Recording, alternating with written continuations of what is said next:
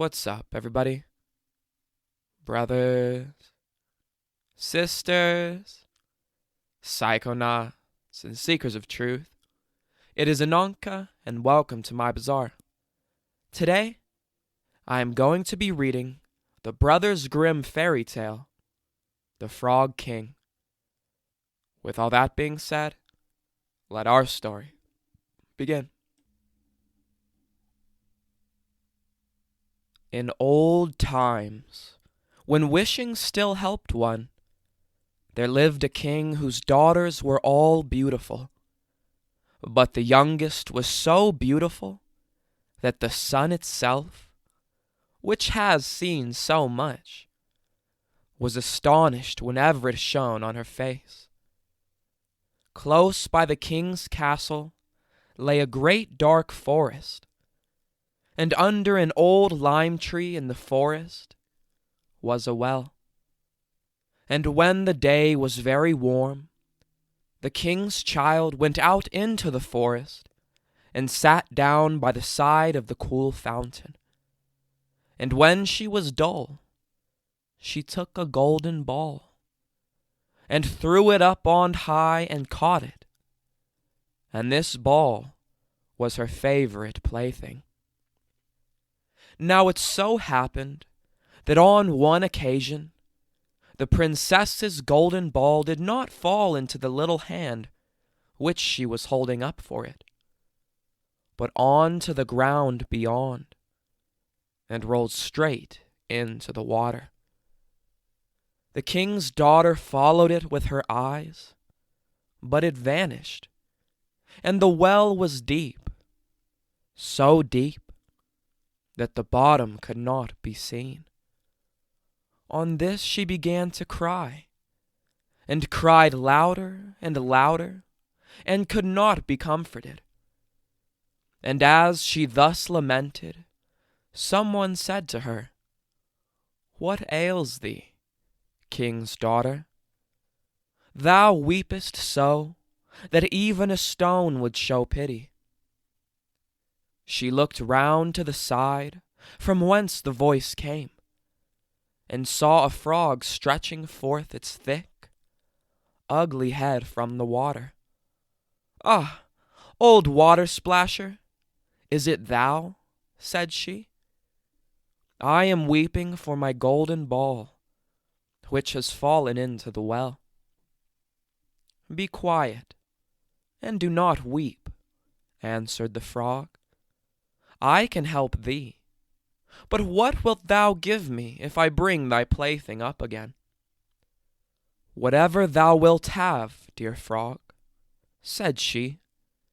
"My clothes, my pearls and jewels, and even the golden crown which I am wearing."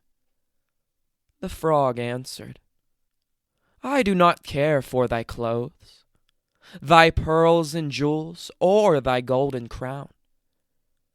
But if thou wilt love me, and let me be thy companion and playfellow, and sit by thee at thy little table, and eat off thy little golden plate, and drink out of thy little cup, and sleep in thy little bed, if thou wilt promise me this, I will go down below and bring thee thy golden ball up again." "Oh, yes," said she, "I promise thee all thou wishest, if thou wilt but bring me my ball back again." She, however, thought, "How the silly frog does talk! He lives in the water with the other frogs, and croaks, and can be no companion to any human being." But the frog, when he had received this promise, put his head into the water and sank down, and in a short while came swimming up again with the ball in his mouth, and threw it on the grass. The king's daughter was delighted to see her pretty plaything once more, and picked it up and ran away with it. "Wait, wait," said the frog. "Take me with thee. I can't run as thou canst, But what did it avail him to scream his croak, croak after her, as loudly as he could? She did not listen to it, but ran home and soon forgot the poor frog, who was forced to go back into his well again. The next day, when she had seated herself at table with the king and all the courtiers, and was eating from her little golden plate, something came creeping, splish splash, splish splash, up the marble staircase, and when it had got to the top, it knocked at the door and cried, "Princess, youngest princess, open the door for me."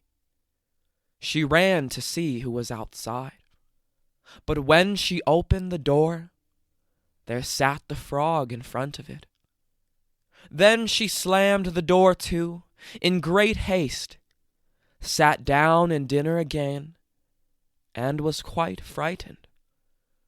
The king saw plainly that her heart was beating violently, and said, "My child, what art thou so afraid of? Is there perchance a giant outside, who wants to carry thee away?" "Ah, no," replied she. "It is no giant, but a disgusting frog." "What does a frog want with thee?" "Ah, dear father, yesterday as I was in the forest sitting by the well, playing, my golden ball fell into the water. And because I cried so, the frog brought it out again for me. And because he insisted so on it, I promised him he should be my companion. But I never thought he would be able to come out of his water. And now he is outside there and wants to come in to me." In the meantime, it knocked a second time and cried, "Princess, youngest princess, open the door for me. Dost thou not know what thou saidst to me yesterday by the cool waters of the fountain? Princess, youngest princess, open the door for me." Then said the king, "That which thou hast promised must thou perform. Go and let him in." She went and opened the door, and the frog hopped in and followed her, step by step, to her chair. There he sat and cried, "Lift me up beside thee." She delayed, until at last the king commanded her to do it. When the frog was once on the chair, he wanted to be on the table. And when he was on the table, he said, "Now, push thy little golden plate nearer to me, that we may eat together." She did this, but it was easy to see that she did not do it willingly. The frog enjoyed what he ate, but almost every mouthful she took choked her. At length he said, "I have eaten and am satisfied. Now I am tired. Carry me into thy little room, and make thy little silken bed ready, and we will both lie down and go to sleep." The king's daughter began to cry, for she was afraid of the cold frog, which she did not like to touch, and which was now to sleep in her pretty, clean little bed. But the king grew angry and said, "He who helped thee when thou wert in trouble ought not afterwards to be despised by thee." So she took hold of the frog with 2 fingers, carried him upstairs, and put him in a corner. But when she was in bed, he crept to her and said, "I am tired. I want to sleep as well as thou. Lift me up, or I will tell thy father." Then she was terribly angry, and took him up and threw him with all her might against the wall. "Now thou wilt be quiet, odious frog," said she. But when he fell down, he was no frog, but a king's son with beautiful, kind eyes. He, by her father's will, was now her dear companion and husband.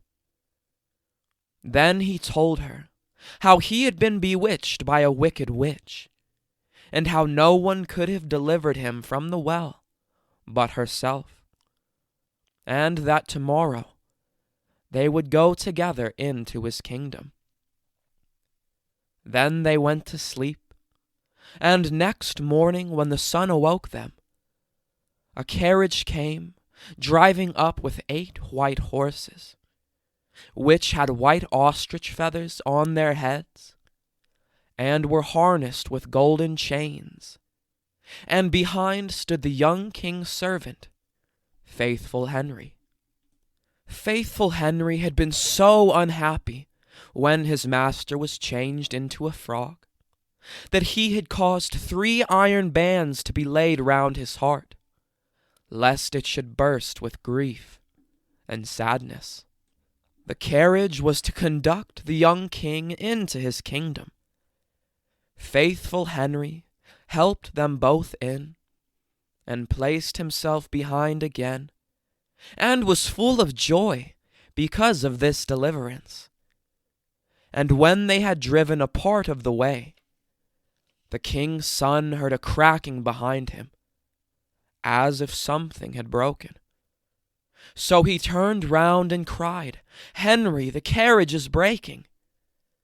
"No, master, it is not the carriage. It is a band from my heart, which was put there in my great pain when you were a frog and imprisoned in the well."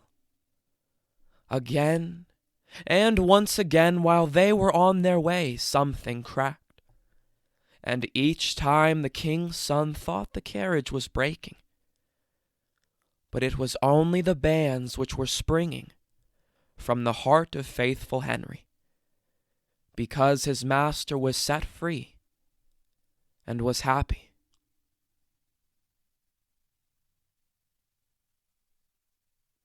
All right, everybody. That is the end of our story. If you enjoyed it, don't forget to like, share, subscribe, comment. Check out all the other playlists on my channel. And I will see you in the next one, fam. Deuces.